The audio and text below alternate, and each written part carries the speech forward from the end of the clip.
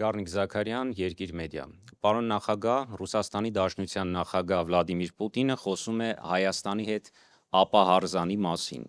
Դուք որպես Ռուսաստանի Դաշնության նախագահի հետ մեկ տասնամյակից ավելի շփման փորձ ունեցող մարդ,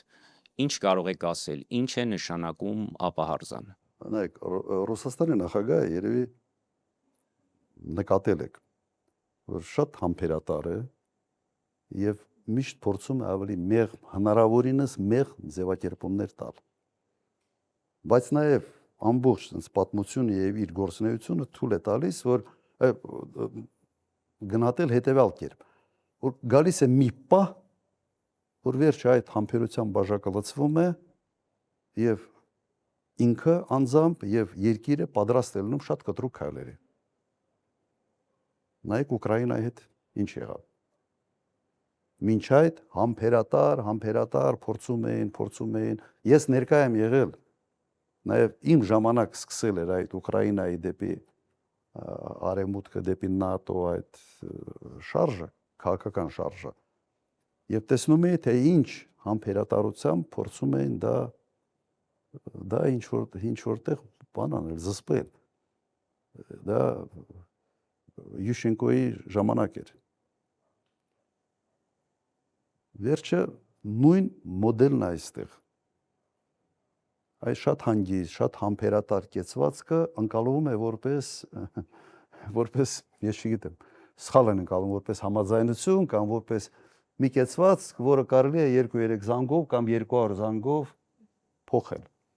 Սխալվում է։ Եվ երկրորդ հարցը հայ-ռուսական հարաբերությունների հետ կապված, եթե թույլ կտաք, Փաշինյանը եւ իր թիմը հիմնական ընդդիմադիր տեխնացուներին մեղադրում է Հայաստանում Ռուսաստանի շահերը ներկայացնելու մեջ։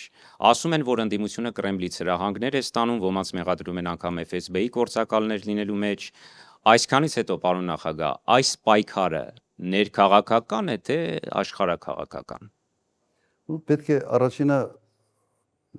տեսնենք, թե առաջի ազդակները եւ առաջի այդ քայլերը ով էր անում։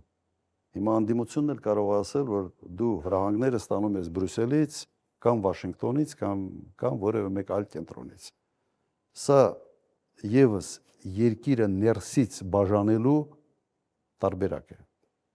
Առաջին չէր ասում, սև ու սպիտակ, հարուստ աղքատ, հին նոր, նախկին, ոչ նախկին, հիմա արևմուտք եւ Ռուսաստան։ Ես կարծում եմ, սա մարդու էությունից է գալիս։ Ինքը անպայման պետք է բաժանի, անպայման պետք է ներսում ատելություն ստեղծի ինչ որ տարբեր մոտեցումների մեջ եւ փորձի այդ լարվածության մեջ ինչ որ իր տեղը գտնի, իր օրակարգ տանի։ Կարծում եմ սա է։ Նայեք, հիմա ասում են ինչ են ասում, որ մարդկանց մեղադրում են, որ ռուսական շահերն են առաջ մահ։ Հիմա ես կառաջարկեի մի հատ նայել ՀԱՏՄ-ի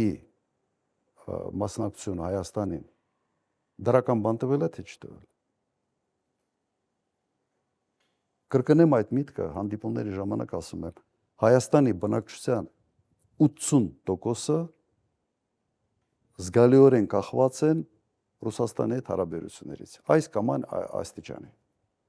Սա Հայաստանի շահերի մասին է խոսում, թե ում շահերի մասին։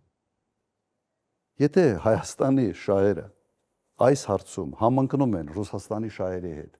եւ դու հետապնդում ես հենց Հայաստանի շահերը, դու դառնում ես հենց ռուսական գործակալ, դա ապուշություն է, ոչ ապուշություն է։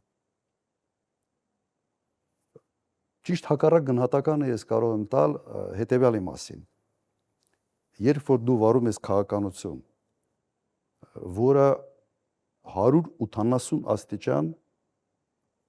հակառակ կողմի վրա է քո տնտեսական շահերի։ Սրան ու ինչ դնենք։ Միգուցե սա է գործակալության, այսպես գործակալի ֆունկցիա, երբ դու անում ես ոչ թե քայլեր, որոնք քո երկրի շահերից է բխում, քո ժողովրդի շահերից է բխում, այլ դու անում ես քայլեր, որոնք բխում են այլ երկրների աշխարհաքաղաքական շահերից։ Օրինակ, ցավացնել Ռուսաստանին ընդհանրապես հանել այս տարածաշրջանից։ Հիմա եթե Ռուսաստանը այստեղից գնալով Հայաստանը շահում է, բացատրեք ինչով է շահում։ Ես պատրաստ եմ դա լսել։ Եթե ԵԱՏՄ-ից դուրս գալ դեպի Եվրոմիություն մեզ կհարստացնի, նստենք քննարկենք։ Մի հատ ցույց տվեք, թե ինչպես պետք է Հայաստանը հարստանա։ Հայաստանի բնակչության բարեկեցությունը դրանից ինչպես է լավանալու։ Նստենք խոսանք, առարկայական խոսանք, այլ ոչ թե յառլիկներ կախելով ինչ որ մարդկանց վերայել։ Առարկայական խոսակցություն չկա։ Ես սկսում եմ պիտակներով խոսալ, սա նշանակում է, որ դու բան չունես, փաստարկներ չունես եւ դու անցել ես, դու անում ես այն, ինչ քո մոտ լավ է ստացվում, իսկ իր մոտ դա լավ է ստացվում։